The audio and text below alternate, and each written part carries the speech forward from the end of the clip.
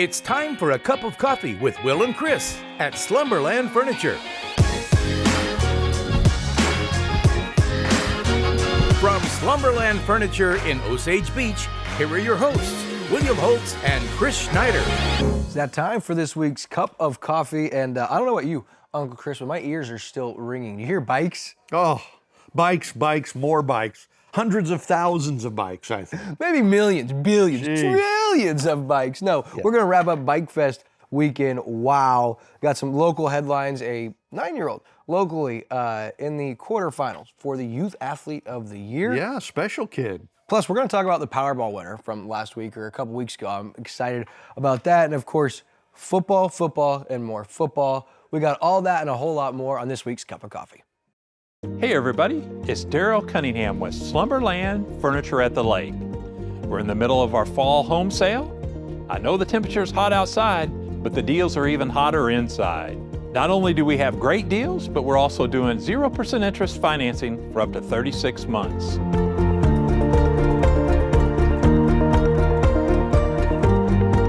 Come check everything out at Slumberland Furniture, where we're bringing happy home. A cup of coffee as we wake up in the car or right here on Lake TV with Will and Chris. Kind of like driving, we do it every single day. But we shouldn't do it while distracted. Did you know that drivers who text are 23 times more likely to be in a crash? So keep your eyes on the road and always remember to buckle up and put your phones down. This Drive Safe, Boat Safe message brought to you by Price and Randall Injury Attorneys. Now back to your cup of coffee with Will and Chris. All right, as we welcome you back, it's time for this week's Cup of Coffee and Uncle Chris. We're going to round up BikeFest. Man, what a sight it was, really starting like Wednesday. The lake was overtaken by bikes. Yeah, so this was the 19th annual BikeFest, right? It's been around for 19 years. Seems like it's been around longer than that. I mean, it kind of seems like it's been, a century, but this thing, it started in 2006, grown into one of the nation's biggest, bicycle things, motorcycle things. They say the average is more than 125,000 participants. I've heard numbers as big as 200,000. I don't know if anybody really knows how many bikers come to town for this thing, but I'm telling you, I went up to the office on Friday and I passed thousands of bikers on Highway 5. It was amazing. It's amazing how many of these bikes come to the lake. Friday, on my way from Sunrise Beach over to Osage for the high school football game, there were 3 separate accidents. And there were like 8 or 9 emergency vehicles from Camden County, even Lake Ozarks, Sunrise Beach, the highway patrol that were parked like onto the road, out of their car or with their lights on, telling traffic to slow down because there's accidents coming up. And so I want to applaud our local law enforcement because that's quite a task when you have that many bikes and that many things happening. And then you talk about traffic's backed up, all of these bikes, all these people, and you got to get emergency vehicles in. I saw the helicopter was parked, at Woodrow, at those man caves there.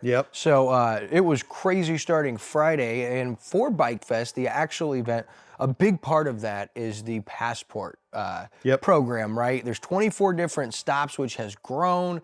They give away a couple of bikes. Somebody gets a Harley. Certike Yamaha gives away 1 or 2 CF Motos, which are cool street bikes. I mean, really cool. And I reached out to Heather Brown to ask, obviously there's no way to get any official numbers. And she said, no, just actual visitors to the lake. And I started to think about it. We'd have to have surveyors and crazy technology and things going on to get any kind of number. But they did say they ordered more passports than they ever have, and they're tallying information, and we'll have more final numbers, right? Next week or maybe even sooner.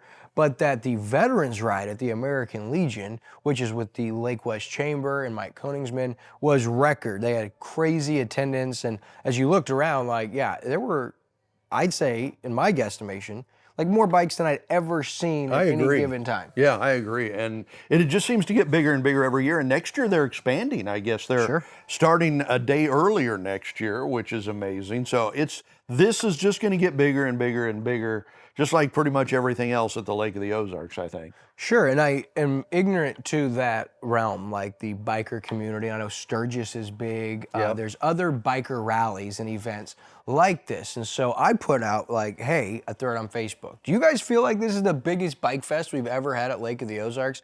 And there were over 120 comments, including some from local businesses. One, Dan from WFO, Water Sports Boat Rental, Lake of the Ozarks, said, we've seen more vehicles in the hotel parking lots along Osage Beach Parkway than Labor Day Saturday. And for us, we have had a lot more rentals with boats and wave runners, jet skis from bikers than they had last year during this weekend. So he was encouraged. And if you look at the comments, like, people know it's huge. And I even saw people talking about, hey, like, you ought to even make this the entire week, start the weekend before. That way people traveling through from rally to rally can participate, because a lot of the people who come for BikeFest Lake of the Ozarks, they may not participate in the passport deal, right? Where they want to go hit all 24 locations and get the opportunity to win the free bike. And so, yeah, I agree with them starting Tuesday next year. I can only imagine how big this event is going to become. Yeah, and I think it eventually will probably expand to a full week or more of, events and stuff like that. And I think for our part, for the locals, we just have to slow down. I mean, I had a biker pull right out in front of me, on Highway 5 in Harvest. He was coming out of one of those biker spots, and got tired of waiting and just pulled out. I mean, could hit him, could have killed him. You just got to go slower and take it easy and just kind of know it's one of those weeks, if you're a local, that you just have to be patient and know this is good for the lake, right? So that's the way to go. And I've found myself like looking twice, right? Like second guessing myself. Just because bikes can be harder to spot. Like when I had the right of way or the clear on the right side, I'd look to the left side. As I started to look around, I'm like, wait, I better look again, before I actually pull out. So I know there were numerous accidents. I'm sure there were numerous reports of injuries, but overall it was well attended, and I'll be interested to see how big BikeFest at Lake of the Ozarks becomes moving forward.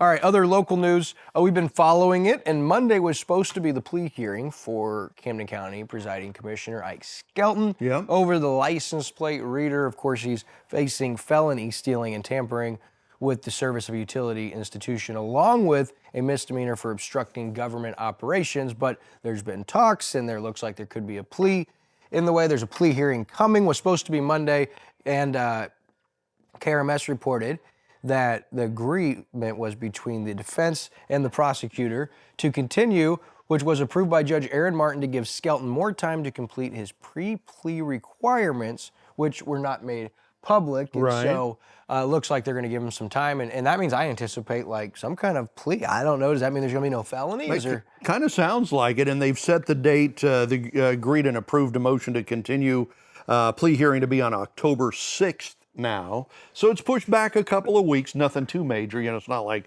6 months or something like that, but it kind of looks like they're giving Ike a little more time to put all of his pieces together and everything like that. But yeah, that's what it sounds like. And this was brought by the defense and the prosecutors, where they agreed on the continuance, and it was approved by the judge, so it looks like everyone's on the same page. I reached out to Presiding Commissioner Skelton, and he said, I can say this, I was prepared, and he confirmed the new date of October 6th at 1:30. Of course, with ongoing legal proceedings, you don't expect to get too much information, so I appreciated him giving me that. So October 6th, 1:30, we'll find out, and be interesting. This was huge news, right, when it all broke and when it first went down, and as everyone's waiting, it's kind of not been as big of news. No one's really asking, and no one really knows, which may be a good thing. And I think this is one of those things that's going to set a precedent around the country, because there are a lot of people in government now, with all of the upheaval and everything. There have been a lot of Tea Party-like people that have gotten into government again recently, like Ike, very conservative, and things like license plate readers are very controversial in a lot of ways to a lot of people. And so there are a lot of people like Ike that want their counties free of these things. So they're watching this to see what kind of a precedence this is going to set, to see what they will do in their counties and their, regions and whatnot. So it's going to be fascinating to see what happens here. And with a new state prosecutor, and that'll be interesting to see. You bring up a great point in regards to precedent. But all right, here's a local headline, really, really cool. Aiden Betherum is a quarterfinalist for the Sports Illustrated Youth Athlete of the Year. How about this kid, huh? Yeah. 9 years old, right? So Aiden Betherum, 9-year-old soccer player from the lake here, is capturing hearts nationwide. This is a press release that they have put out. He is now a quarterfinalist in Sports Illustrated's 2025 Youth Athlete of the Year competition. This is a 9-year-old kid. I mean, how great is this, right? So Aiden is calling on his community right here at the lake to rally behind him to secure the prestigious title and a $25,000 prize, which he plans to donate to 2 meaningful local causes: United Capital City Soccer Club and Lake Regional Cancer Center. Aiden, dedicated a member of UCC, is competitively traveling soccer player at 9 years old, I guess. And after learning of his advancement to the quarterfinals, Aiden shared that his plan was, if he wins, he will donate half of the $25,000 prize to United Capital City Soccer Club. Yep.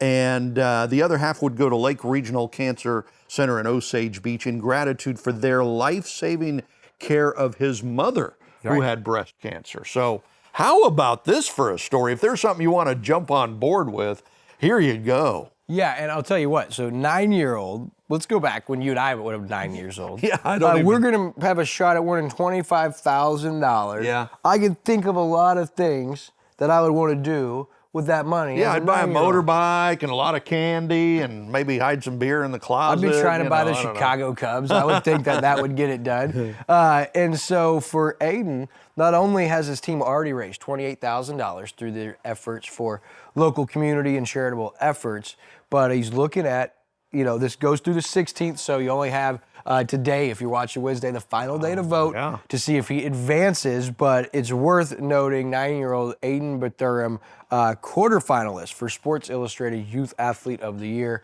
Get behind him, go vote, see if you can't get behind him, and hopefully we'll be reporting next week that he's advanced, right? That'd be good. That'd be cool. That's awesome.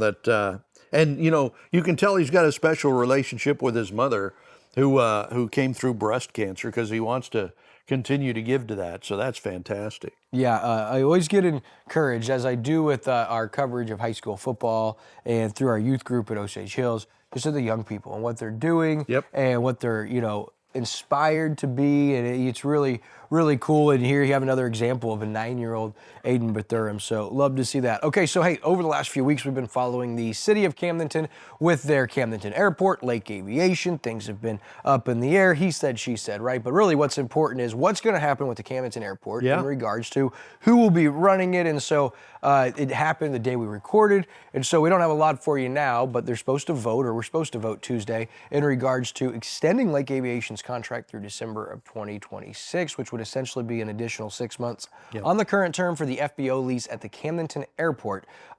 So watch next week. Cup of coffee right here from Slumberland at the lake, where Uncle Chris and I will recap what happened at that meeting and what that means and how everybody kind of responds to that. But we'll look forward to keeping you posted, because, that is important, right? The Camdenton Airport and what happens there in regards to the city of Camdenton as a whole, right? Yeah, absolutely. This is a big thing.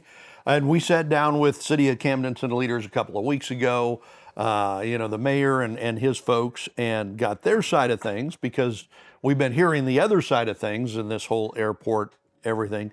So it's going to be a big move for the city of Camdenton. They are planning on taking back over, running the airport. They feel like it's going to be, a lot of extra revenue for the city to do that, which, you can't blame them for that if that's the way they think they want to go there. You can't blame the other side for having hurt feelings, because they've been running the airport for the last few years and doing a pretty good job of it from what we hear. So it's just one of those situations, kind of tough for both sides, but hopefully they'll be able to get it done smoothly in the next year and a half. Yeah, and I'll be interested to see exactly what comes from that meeting Tuesday the 16th. Of course, we'll have updates for you guys next week. All right, speaking of updates, looks like construction officially beginning for the Magic Dragon Trails expansion project, which is great news, of course. This is huge. This is a huge deal for the Lake of the Ozarks. I know it's kind of flown under the radar for the last couple of years. People have been talking about these trails coming and what that's going to mean, but things are really starting to happen now. Yeah. So here you go. So we've finally started construction, says Stacy Pirtle. She is the president of the Community Foundation of the Lake, the CFL, which is running this, the CFL, helping spearhead this project to construct around 70 miles of trails around the Lake of the Ozarks. Think of that, 70 miles of trails around the Lake of the Ozarks. Crews and equipment have begun clearing paths for this trail that begins on Three Seasons Road. She said it finally feels like significant progress for the project that's taken a while to get off the ground. The Three Seasons Road trailhead will be a 1-mile natural service trail. And Pirtle says since it cuts through a heavily residential area, CFL organizers think it'll be well used. As soon as it's open, eventually they plan to connect that trail with the one that will begin at Nichols Road near Osage Beach Elementary School. Now, they're running into some issues there because of the school and all that, but if and when they get that figured out, that will be 2.5 miles of trails coming together. Pirtle also said the CFL has a memorandum of understanding with the city of Osage Beach to build a couple of more miles of trail connecting the Osage Beach City Park to the Lake of the Ozarks State Park, and they plan to break ground on that one this fall, right? So all of this stuff is finally starting to come together. In the end, Pirtle says she hopes Lake of the Ozarks area trail system will connect with the slowly progressing Rock Island Trail. That's an ambitious 200-plus mile trail that aims to create a loop that links up with the popular Katy Trail that's up in Boonville. I mean, this is huge stuff we're talking about. If you've ever been up in Boonville, just hanging out, vacationing, there are hundreds, thousands of people that come through Boonville on that Katy Trail. Yeah. They're biking, they're walking, they're jogging, they're doing all the hiking, and they're trying to kind of connect us with that, which would be huge. Yeah, and so congratulations to Stacy Pirtle. That's a lot of work, and it's great to see some of the partnerships and synergy going on with, as you alluded to, the Memorandum of Understanding with the city of Osage Beach to get them involved. I think that shows like, hey, our local municipalities like see the importance. You see like what the City of Eldon and the Eldon Chamber of Commerce have done with the Rock Island Exchange. It alluded to the progress there. So outdoors, biking, hiking, non-traditional like screen time that we've kind of fallen for the last 20 years. Hey, it's back on the rise we've seen the last 5-10 years. Yeah. And you're right. And kudos to Stacy. I mean, it's not easy to get stuff like that done, to spearhead that. And, you're working with school systems, you're working with cities.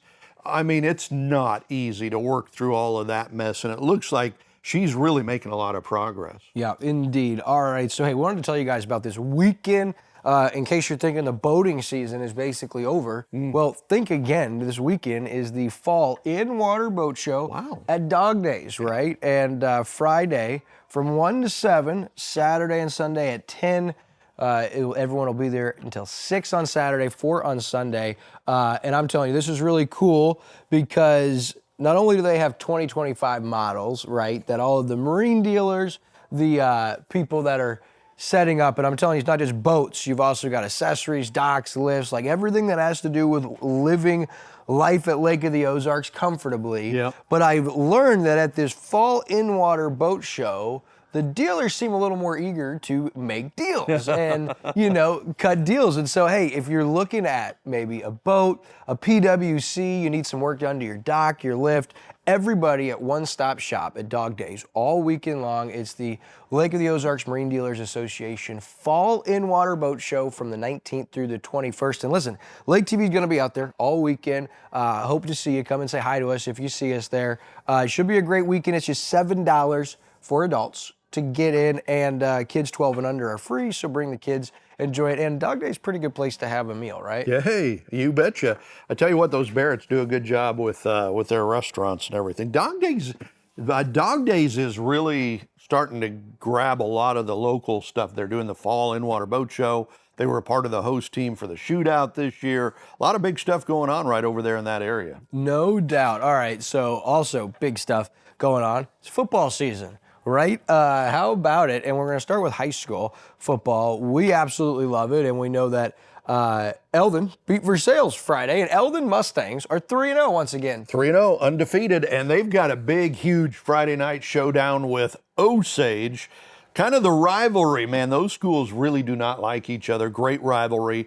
And the last few years, both teams have been very strong going into this game. I think Eldon has been undefeated like the last 3 or 4 years going into this game, and Osage has knocked them off 3 years in a row. So yeah, it'll be interesting. And that game is on Lake TV Friday night. Indeed, and Osage will be eager to bounce back. They had the #1 team in the state of Missouri for Class 2, the Blair Oak Falcons, and man, Blair Oaks put it on it, but Blair Oaks is just that good. You got to talk with Coach Jolly for this week's coaches show, and I mean, he could have been upset. I mean, the boys played a pretty clean game for all intents and purposes. And that's what he said. He said, you know, we really didn't play that poorly. We missed some chances. We could have scored a couple of touchdowns. We dropped balls and stuff, but we played pretty well. They just were really, really good. Look for Blair Oaks to win another state championship in Class 2A. They won it in 3A last year, probably win it in 2A this year. Don't count Osage out. Osage is a pretty good team, and they might go a long ways this year. And I think that's going to be the toughest team Osage sees the next 2 months. And so we've watched it before, right? Osage, the last 5 years under Coach Jolly, that come week 4 or 5, the team is getting stronger, playing. And the fact that they've now dropped back down to Class 3, they're back in the Tri-County Conference, their district is smaller, like, really, they should run away with their district. Yeah, I agree. They should not only win their district, it should be interesting to see, but they've got Eldon, who's 3-0, like you said, and Eldon thinks they want to go 4-0, but man, that's a tough Osage team they're going to get. Yeah, I would put my money on Osage Friday night, but I haven't seen Eldon play, so maybe they're a real 3-0. We'll see about that, but watch that game Friday night, pregame 6:30, kickoff 7, Eldon Osage. That's going to be a fun one, a really good one. But yeah, I agree with you. I think Osage, the strong favorite to win a district championship this year. And then they go to the state sectionals and maybe the Final Four. We'll see how far they can go. And for the other local team down the road, Camdenton, for the first time that since I can remember, starts 0-3. They lose to Smith Cotton, and it doesn't get any easier. They're at Helias Friday. This Helias team went to the state championship game last year. That's how good they were last year. And they're even better this year. With the same quarterback and everything. So it's going to be a tough one Friday night for Camdenton. The Lakers, it's a tough year for the Lakers. They're down this year, and we'll see, what they can do, how they can put it together.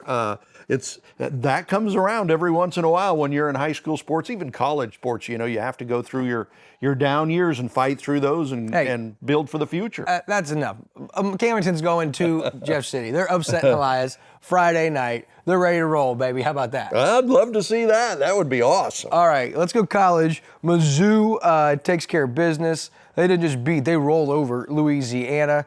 They go 3-0, and they got South Carolina 2-1 on Saturday. Are you sold by this Missouri team so far? Yeah, I'm very impressed. That win over Kansas, to me, was a statement because they got down early. They made some mistakes, got down early, but they came back and they won that. And it wasn't a fluke comeback. They just out-toughed them. They just out-grinded them to get that win. They looked good with the win last week. And now they got South Carolina. South Carolina was ranked number 11 last week in the country and got knocked off. So they got destroyed. We'll see what's going on with that. By a great Vanderbilt team. And it'll be worth noting that Lenora Sellers, the South Carolina quarterback, got knocked out with a concussion. He may not be able to play Saturday. Currently, they've got Missouri listed as a 13.5-point favorite at home against South Carolina. They fell out of the rankings. I mean, so it'll be interesting to see. But I also want to bring up your Nebraska Cornhuskers are 3-0, Uncle Chris. Yeah, we are. But again, it's kind of a fluffy 3-0, right? 2 of those wins are against, Well, you're telling me Houston Christian teams, isn't legit? Right. So we'll find out Saturday. Yes. So they play Michigan this week, and we'll find out if they're really better or not. And this is at Big Red, right? Yeah, this is in Nebraska. That'll be good. Of course, Michigan 2-1. That game's at 2:30 on CBS, and I wanted to mention that because I know you and Mrs. Uncle C, you guys will be watching that. We'll be watching that. We got family in town again this week, all from Nebraska, of course. Oh, so good. Everybody going to be watching that. Good. I love that. Okay, and so the NFL, you kind of been calling for it, but the Chiefs, they start 0-2, but I want to say the teams they've lost to are already 4-0. Yeah. Chargers are good. Eagles are obviously good, but the Chiefs are 0-2. And are you with Chiefs Nation worried? Is the sky falling? Or I've kind of been seeing this coming. I mean, if you think back to last year, and they lost one game in the regular season, but there were like 5 or 6 of those wins that were just kind of lucky, fluky wins, right? And they haven't gotten lucky, fluky wins the first 2 games. But even though they lost Sunday, to me, they proved that they're still really good, really tough. They should have won that game. They gave away 3 points going for 4th and 1 on their 36 and didn't get it. They gave up a field goal there. Bad call, too. And they were down on the goal line, and Kelsey should have caught a touchdown pass. He pops it up in the air. It's intercepted. There's 10 points that the Chiefs gave away. They should have won that game. They lost it, but they proved that they're still good. They've just got to put it back together. And can we please, everyone always talks about all the breaks that Chiefs get. Yeah. Like they lost some opportunities by some terrible calls. Yeah. And the push-tush or whatever you call the Eagles, they do. Like there's like 5 guys lined up off sides and they had a false start numerous times. It's like, man, could you imagine if the Chiefs had gotten those calls and beaten the Eagles, what the national narrative would be? Oh, yeah. I disagree with the narrative that the Chiefs get all the calls. If you go back the last few years, there's a lot of calls the Chiefs did not get that went against them. So, I think they get a few calls, but they lose a lot of calls, too. They do. You could thank Adam Schefter for, adding fuel to that narrative. Schefter. All right, so hey, best seat in the house contest. We're giving away a pair of Lazy Boy recliners, right? You got to sign up through Fantasy Nerds, and if you haven't signed up and you're like, man, I don't have a shot, I'm already 2 weeks in, well, you do. Not only can you still win the weekly prize, which is a $25 gift card to Tucker Shuckers, but who knows what happens? It's a long NFL season, including the playoffs. It's so much fun. I want to give a shout out to David Podorf again. He wins for the 2nd week in a row, getting 13 games. Correct, but he got the tiebreaker, beating 3 other individuals who had 13. One of those being our own Andrew Evans. That's right. So that's really cool. It's really competitive. I had a rough week, but overall, you're in the top 5 right now. I am, right? but I had the same record you had this week. We were both 11-5 this week. So, but there were some tight games that didn't go our way. That Tampa Bay comeback in the final seconds, and stuff like that. But it's still fun. Join us. Every week it's a good time, and you could win a $25 gift certificate to Tucker's. And it makes it so much better when you have a team that you picked. Otherwise, it's like, all these games, it's boring, it's too much. And it's like, well, if you've got a winner you picked, you kind of care. So make sure you check that out. Sign up and have some fun with us. And congratulations to Dave. And before we go, real quick, I just want to show you guys a little bit of the selection of what Slumberland has in regards to recliners. Check it out.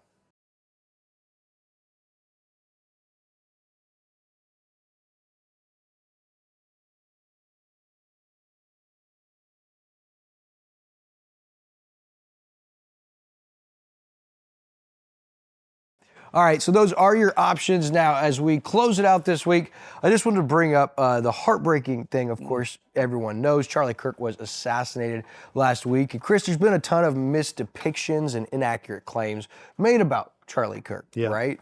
Things that he was divisive, was racist, hated the LGBT community.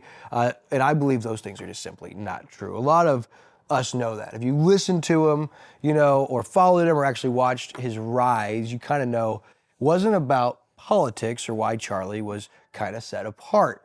It was always about his faith. He wasn't even a pastor or even an elected official. He actually had no true power outside of the words he spoke and the way he spoke them and the deep convictions he felt so deeply within him. He truly wanted everyone to know Jesus, to have what he had in his heart, whether he agreed with them or not. And there have been an abundance of reactions and responses and emotions and hot takes from talking heads and mouthpieces. But let this talking head say one thing about it. I saw last week, as this happened, how a local real estate agent had posted and that it was karma and she lost her job and RE/MAX made a statement. And that is what it is, right? Whether you agree with her or not, that is what it is. But what I saw from that, so many people who claim to be Christians and claim to be supporters of Charlie Kirk and understood what he was about and his end game were posting that thread and encouraging others to humiliate, attack, and try to add fuel to the fire to make her life miserable because she didn't agree with your take. And I can tell you right now, that is not Jesus. that is not gospel, and that is not really what Charlie Kirk would want. That's actually Pharisees. That's the high priest. That's exactly what those of us that want to lift ourselves up. And so I say, let's be challenged to be bold for Jesus, but have the compassion and the grace and the eloquence that would lead people to the cross that we saw Charlie Kirk so regularly display. And I'll end with that. Thanks for watching this week's Cup of Coffee.